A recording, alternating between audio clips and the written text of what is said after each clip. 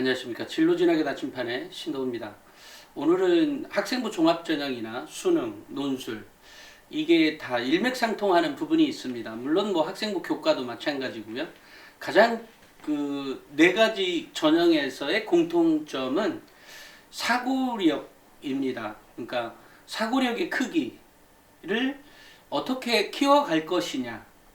근데 그것이 완전히 이제 어느 정도 폈다고 보는 게 이제 수능이나 논술이라면 학생부 종합의 경우에는 그것에 대한 발전 가능성, 잠재력이 있다. 이렇게 평가할 수 있고요. 학생부 교과는 이제 학교마다 워낙 다른 편차가 있기 때문에 정확하게 일치하진 않지만 그래도 적어도 그 학교 내에서 같은 시험을 치르는 학생들이라면 당연히 등급이 높은 학생들이 그죠? 그 사고력이 크다 이렇게 볼 수가 있습니다. 그런데 이제 이런 사고력의 크기가 어디서 왔느냐인 거죠. 어디서 왔느냐. 그러니까 사고력의 크기를 누구는 뭐 사고력이 작게 하고 싶었겠어요? 누구든지 어렸을 때는 같은 기회를 가졌지만 똑같은 기회를 가진 건 아니고 가정마다 좀 다르겠죠. 이건 역시도 그 가정의 구성원, 그러니까 아빠나 엄마가 어떤 상태였는지에 따라서 또 이게 다 달라집니다. 그러니까 아이가 타고난 것도 있었을 것이지만 후천적으로 그 가정 환경에서 일어났던 여러 가지 일들에 의해서 결정이 된다는 거죠. 물론 여기에는 또 학생의 개인적인 선호도의 차이도 있었을 거라고 생각이 들어요.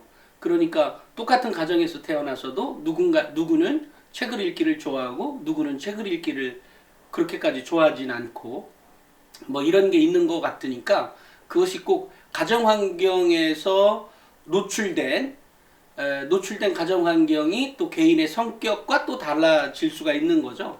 그러니까 매번 어떤 상황이든 딱 그렇게 고착화된 것은 아니라고 생각을 합니다.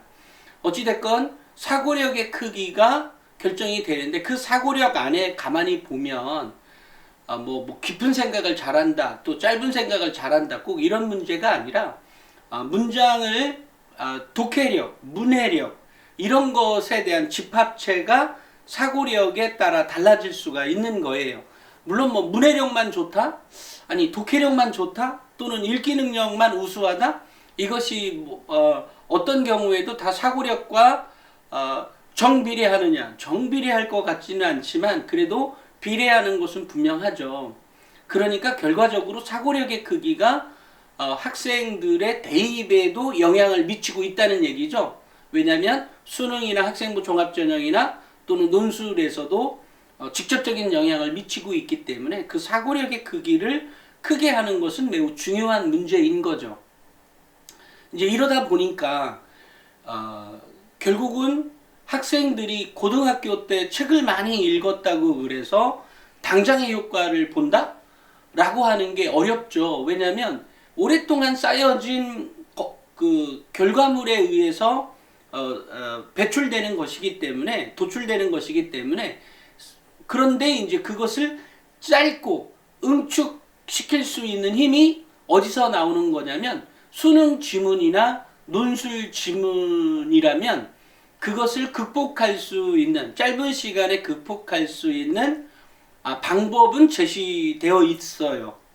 그러니까 이제 예를 들면 수능 지문에서도 뭐 소설은 소설대로 또 뭐라고 하지? 소설 말고 그 비문학의 경우에도 역시 이제 그런 문제, 그러니까 노출되어 있죠.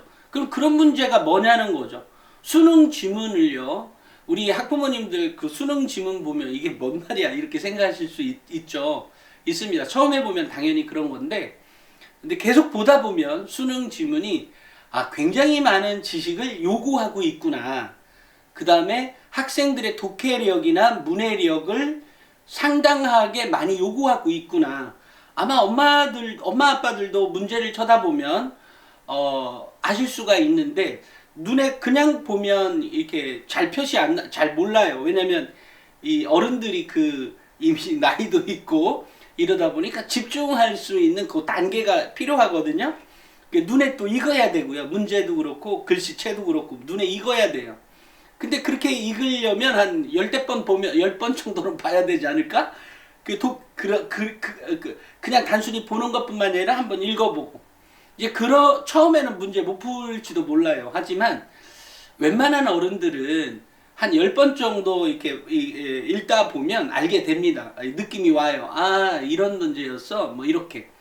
마찬가지로 논술도 마찬가지예요. 논술도 처음에는 되게 뭐야 이것도 읽어도 읽은 게 거의 표시가 안 날 정도로 뭔 말이야 뭐 이렇게 되지만, 그렇지만 그건 역시도 몇 번 계속해서 반복적으로 보다 보면 아하 이런 거였어 이렇게 이해가 됩니다.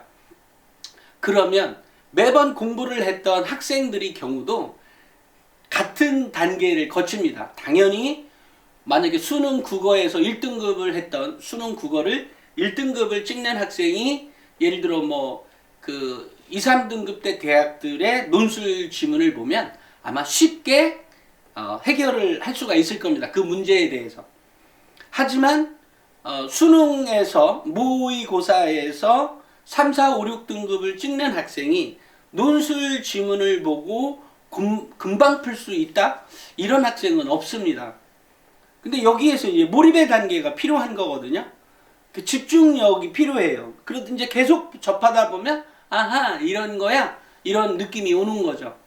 그래서 결국 그 문제를 해결합니다. 그러니까 즉 이렇게 수능 지문과 그 수능 지문이나 논술 지문에서 논술 지문에 나오는 것들은 사고력 향상에 매우 크게 빠르게 작용할 수가 있다. 그러니까 독서를 하는 것은 당연히 독서도 하면서 빠르게 내신 성적이나 모의고사 성적을 올리기 위해서는 독서도 하면서 그 수능 지문이나 논술 지문이나 뭐 그 왜 재시문 면접 같은 거 있죠. 그런 지문들을 계속해서 보면서 자꾸 눈에도 익히고 이 크기를 키워줘야 돼요. 이제 문해력을 높여줘야 돼요.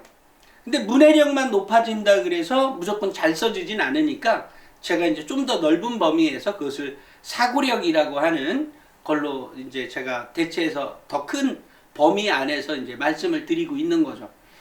그런데 그런 지문은 계속해서 많이 봐야 그리고 많이 보고 그 논점을 정확히 이해하고 그 문장 전체에 대한 이해력을 높이고 또 이해력뿐만이 아니라 문해력까지 높아지는 이런 단계를 거쳐야만 학생의 사고력이 커진다라는 거죠. 그런데 이제 그것을 일반 학부모님들, 아마 이 방송을 보시는 학부모님들도 수능이 있고 논술이 있고 뭐 학생부 종합전형이 있고 학생부 교과전형이 있어. 근데 그 문제를 디테일하게 쳐다본 적은 있으실 것 같아요. 대부분은. 왜냐면 어쨌든 참고서나 이런 자료들이 있으니까 한번 출처보지만 그것을 뭐 문제를 풀어볼 양으로 한 번 정도 접근해 본 적도 있을 겁니다. 근데 역시 어려워 이렇게 생각하실 수 있죠. 하지만 일반적인 어른들이라도 만약에 수능을 지금 집중할 수 있는 힘, 그렇다고 24시간 공부하라는 건 아니고 하루에 한두 시간 정도만 시간을 내서 그 문제를 풀어가는 것들을 배우면 아마 몇 등급 나올까? 웬만한 학부모들, 이게 일반적인 평범한 학부모들이라도 5, 6등급은 나오지 않을까요? 왜냐면 이 공부라는 것도 결국은 우리 어른들은 다 거쳐왔던 거잖아요. 공부를 잘했든 못했든. 그러니까 이미 사고력은 어느 정도 커져 있는 상태인데다 근데 그것에 대한 문해력이나 이것을 높여주기 위한 훈련이 필요한 거죠. 이랬을 때 5등급. 그 다음에 조금 더 물론 뭐 잘하는 학부모님들, 원래부터 나는 뭐 예전에 한때는 공부 잘했어 이런 학부모님들이라면 그래 4등급까지도 올라가지 않을까? 왜냐하면 문제의 구성 자체가 누구나 풀 수 있도록, 물론 이제 80분 내내 풀어가는 건 이제 학부모들 입장에서 짜증 나겠지만 기본적으로 그렇게 구성되어 있다는 거죠. 문제를 쉽게 구성되어 있는 게 있고 문제가 그냥 살짝 그 난이도를 살짝 높인 거, 난이도 더 높인 거, 더 높인 거. 이렇게 한 문제 구성들을 가지고 있기 때문에 실제로 이 학생들이 공부하는 거가 어렵다는 것은 사실은 그 집중력에서 오는 문제도 있고, 그렇지만 이제 여러 가지 이유로 이 개개인별로 성향 또는 뭐 여러 가지 상황이 다 다르기 때문에 제가 늘상 엄마 아빠하고 의사소통이 중요하다, 뭐 해라 뭐 이런 얘기를 해왔던 거거든요. 근데 결과적으로 보면 결과적으로 학생들의 사고력을 키워주는 훈련은 빠르게 성장시킬 수 있는 것은 수능 지문, 그러니까 모의고사 지문이 됐든 수능 지문과 논술고사의 지문, 논술 뭐 대학별로 다 있죠. 그것도 수준차가 있습니다. 수준차가 대학이 뭐 가톨릭대, 그 뭐 가천대, 가톨릭대, 단국대, 이렇게 동국대, 그 경희대, 뭐 이렇게 순서대로 올라와요. 연세대 뭐 이렇게까지 논술의 지문이. 그러니까 논술 지문도 대학의 수준 따라 다른 거예요. 수준이 있어요. 그 수준을 매우 적확하게 논술 지문을 보면 대학의 수준이 보이죠. 아, 이 대학에서 요구하는 학생들의 수준이 이 정도구나, 뭐구나 이렇게. 근데 그런 것을 결정하는 힘이 결국 사고력의 힘이고, 그 사고력의 힘을 결정하는 것이 결국 모의고사 성적대에서 어느 정도 선이냐 학생의 수준이, 이거에 따라서 달라지더라.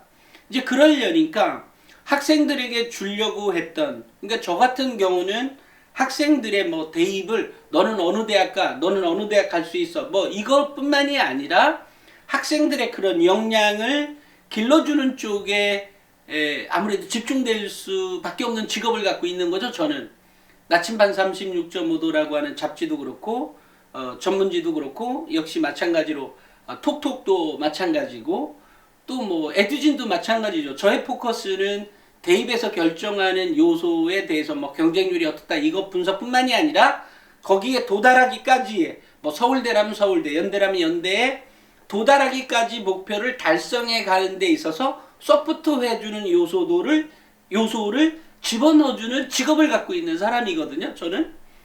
그러니까 이제 고민들을 많이 하죠. 어떤 포인트에서, 어떤 데에서 학생들의 역량을 키워주게 할 것이냐에 대한 고민이 다른 사람들에 비해서 많겠죠. 왜냐하면 당연히 직업 자체가 그런 직업이니까.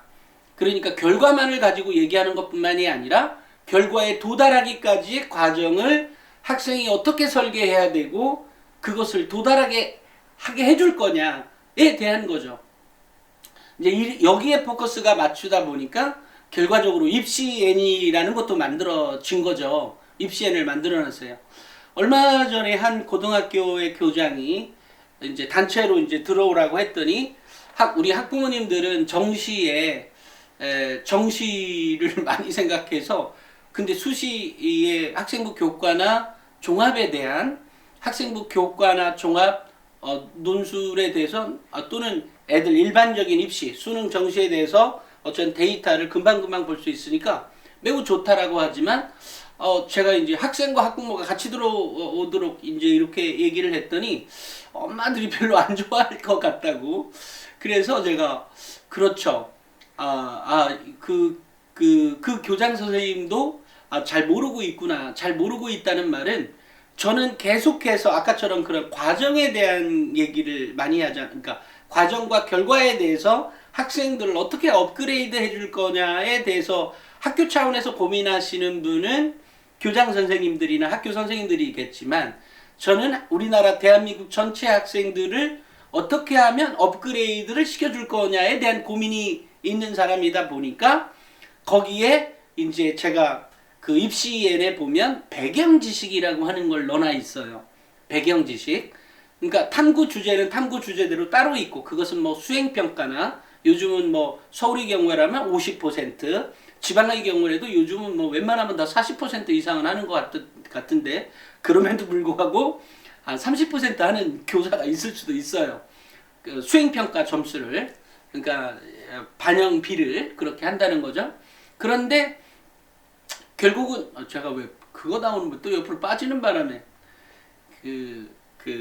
결과적으로 우리 학생들에게 그 배경 지식의 옆에 왼쪽에 있는 배경 지식은 이렇게 열어보면 뭐 이게 뭐야 이렇게 생각할 수 있지만 사실은 그 지문 안에는 거기 안에는 뭐라 그러죠?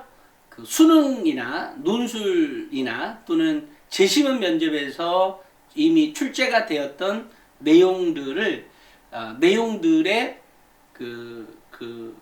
내용들도 포함해서 거기에 게재하고 있거든요. 즉 무슨 얘기냐면 수능이나 논술에 또는 사고력 크기예요. 결과적으로는 그것에 즉각적으로 반응할 수 있는 제시문을 거기 넣어놨기 때문에 그것뿐만이 아니라 또 새로운 것들이 또 들어와야 되잖아요.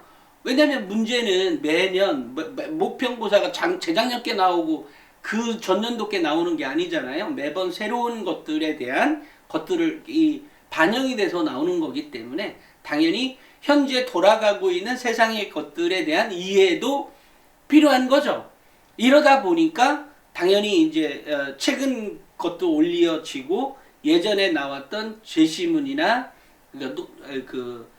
수능에서 나왔던 뭐 기출 문제 내지는 수능 문제에 대해서 그것을 읽고 근데 수능에는 이렇게 문장이 이렇게 있고 또는 뭐 문장 두세 개가 섞여 있고 거기서 나오는 거지만 이제 여기서는 학생들이 거기까지 그러니까 거기까지 나가면 너무 많이 나간 거니까 그 한 지문을 읽고 거기에서 이 학생이 제대로 포인트를 찾았는지 문제 하나만 그 사고력을 그것도 키우는 방향 쪽에서 문장을 읽어보고 이게 이런 거였어 라고 이거는 이건데 뭐 이렇게 하면서 이렇게 올라갈 수 있도록 만들어져 있는 게 바로 배경 지식인 거예요.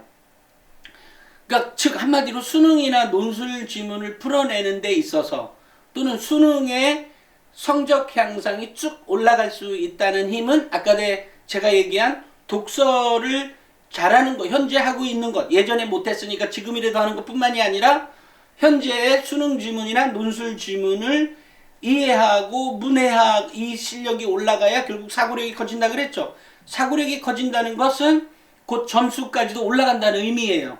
그러니까 제가 말씀드렸던 요지는 그런 거거든요. 그러니까 그런 지문들을 그냥 보는 거죠. 그러니까 재미로 읽었든 뭐 했든 결국은 학생들이 어떤 형태가 되었든 결국은 그 아이가 집중할 수 있는 단계의 요소는 굉장히 다양한 거에서 찾아올 수가 있다. 그러니까 언제 어느 때 나 이제 공부할 거야 라고 해서 공부를 잘하는 아이도 있지만 그게 아니라 동기부여는 전혀 다른 엉뚱한 방향에서 올 수도 있는 거거든요. 그러니까 한번 어려운 문제를 접하다 보면 그 다음에 나오는 문제가 더 쉬운 게 있으면 쉽게 몰입도 되고 쉽게 풀어낼 수가 있는 힘이 생기겠죠. 그거하고 같은 거예요. 예를 들면 제가 여기 상처가 살짝 조금만 아파요. 아우 따가워. 그런데 여기에 더 큰 상처가 났다고 해봐요. 그럼 이 상처는 나한테 아무런 상처가 안 돼. 이게 훨씬 더 아프니까. 이거하고 같아요. 그러니까 이 지문을 한 번이라도 몰입해서 읽어본 어떤 지문이 매우 어렵게 나를 고난도로 훈련을 시켰다면 또 다른 문제를 접근하는 데 있어서 더 쉬운 문제, 예를 들어 내신의 지문 문제나 이런 거는 껌딱지처럼 풀어낼 수 있는 거가 바로 그런 힘이 생기게 된다는 거죠. 그렇다 그래서 요거 한 번 보고 뭐 껌딱지처럼 갑자기 1등급 되고 그렇게 되지는 않겠지만 뭐 그렇게 되는 애들도 있긴 있겠죠. 그것은 학생이 가지고 있는 현재의 그 범위에 따라 다르다는 거죠. 제가 얼마 전에 이제 우리 직원이 한 고등학교랑 뭔 얘기하면서 미국 배경 지식 뭐예요 하고 상대방 선생님이 질문했던 모양이에요. 그러면서 요것은 이러이러한 문제에서 이거 수능에 직결되는 이러이러한 걸로 구성되어 있고 그래서 이것을 보게끔 가끔이라도 한 번씩 보게 되면 당연히 학생의 사고력이 커질 뿐만이 아니라 당연히 모의고사나 수능에서도 좋은 결과를 가져올 수 있다 이렇게 얘기하니까 그 학교에서 미친 듯이 들어와요. 그래서 어제도 뭐 다운이 한 3번 됐나요? 아니 나란다. 죄송합니다. 다운돼서 그것도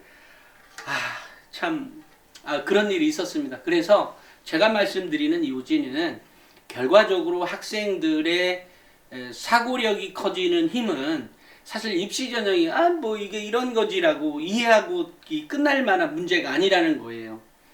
또 학생들 스스로도 제가 오늘 말씀드렸던 이런 내용들을 정확히 인지하게 하고 공부를 하면 이제는 어떤 방향성이나 이것을 내가 안 상태에서 공부를 하는 거기 때문에 저 같은 경우는 주로 그랬던 것 같아요. 뭔가 방향성이 딱 나와줘야 내가 얼마만큼 더 해야 되는 거지 뭐 이런 거를 알고 공부하는 게 훨씬 더 좋은 거잖아요. 그죠? 모르는 상태에서 막 그냥 하는 것보다 이게 이런 거고 이런 방향이 있고 이런 거니까 내가 어떤 역량을 길러야 되고 내가 시험 준비를 어떻게 준비해야 되는 거구나. 이렇게 된다고 하면 준비할 때의 자세가 다르겠죠. 출발 자체가 다르기 때문에 훨씬 더 이 사고력의 크기뿐만이 아니라 이제 이것도 사실은 훈련인 거예요. 일찍 그런 것을 경험해 봤다면 다음에 어떤 문제가 또 닥쳤을 때도 역시 지금과 같이 어떤 정보를 알고 어떻게 가야 되는 것이 좋은지를 알게 되는 거죠. 사실은 제가 오늘을 어떤 학부모님의 글을 읽고 그것에 대해서 말씀을 드리려고 했는데 얘기하다 보니까 요 문제가 더 중요한 문제다 생각해서 요걸로 바꿔서 말씀을 드렸습니다. 결과적으로 학생들의 사고력의 크기가 입시를 결정하는 거였구나 라고 하는 부분과 또 하나는 그 사고력을 키워주는 데 있어서 즉각적인 문제는 바로 사고력의 크기에서 수능의 지문이나 당장의 실력을 빨리 업그레이드 사고력을 키우기 위한 것은 논술 지문이나 또는 논술 지문이나 또 뭐죠? 제시문에 나와 있는 그런 것들, 그 다음에 새로운 정보도 들어와야 되죠. 여기에 아까 얘기했던 입시엔의 배경 지식 안에 있고, 또 실제로 입시엔을 안 보더라도 수능 문제를 계속해서 봐야 되는데, 그것은 이제 문제풀이로 공부로 생각하는 인식이 강하게 되죠. 이제 이렇게 되면 또 다른 뭐 이중 부담이 있을까봐 제가 이제 말씀을 드렸던 것이고, 다만 예를 들어 이제 내가 뭐 정말 수능이 깐당깐당해. 매번 보면 2등급 갔다가 1등급 갔다가 2등급 갔다가 1등급 갔다 뭐 이 정도의 수준이야. 이러면 연대 지문이나 성대 지문, 1등급 대학 가는 그런 그냥 빼박 1등급인 대학들의 논술 지문이나 또 뭐 제시문 면접 같은 것들, 그런 면접 제시문을 기반으로 한 것들을 읽고 이해하고 하는 훈련들을 많이 할 때 당연히 점프업 할 수 있습니다. 물론 그런 것들이 우리 입시엔에 다 이렇게 있다는 말씀을 드리고, 입시엔을 어떻게 활용하느냐, 그것을 어떻게 활용하느냐에 따라서 학생의 대학의 레벨이 달라질 뿐만이 아니라 실제로도 설계 자체를 제가 그렇게 해놓은 거니까 학생들의 역량 자체가 크게 성장시켜 갈 수 있다라는 말씀을 드리고, 오늘 얘기하다 보니까 마지막 말은 홍보성이 되어버리긴 했는데, 실제로 사실 우리가 학원 다니면서 뭐 몇십만 원 쓰고 뭐 이렇게 하는 거 분명히 효과가 있겠지만 한 달에, 그렇지만 뭐 입시에는 경우에 한 달에 나와 내 아들이 또는 내 딸이 보는 거에 뭐 15,000원 정도뿐이 안 되는 거기 때문에 뭐 부담이라면 부담일 수 있지만 하지만 그것이 왜 우리가 정보를 사는 데 있어서 돈을 주고, 제가 공짜로 해야 되겠다는 생각도 많이 해본 적이 있는데요. 정부는 돈을 주고 내야 억울합니다. 아깝습니다. 그래서 더더욱 보게 되죠. 그런 효과를 감안하지 않을 수 없었다는 점도 이해해 주시기 바랍니다. 공짜면 얼마나 좋겠어요? 공짜면 효과 없습니다. 희한하게 그렇더라고요, 정부는. 그런 의미에서도 가격이 책정되어 있다는 점 양해해 주시기 바랍니다. 오늘은 여기까지 하겠습니다. 감사합니다.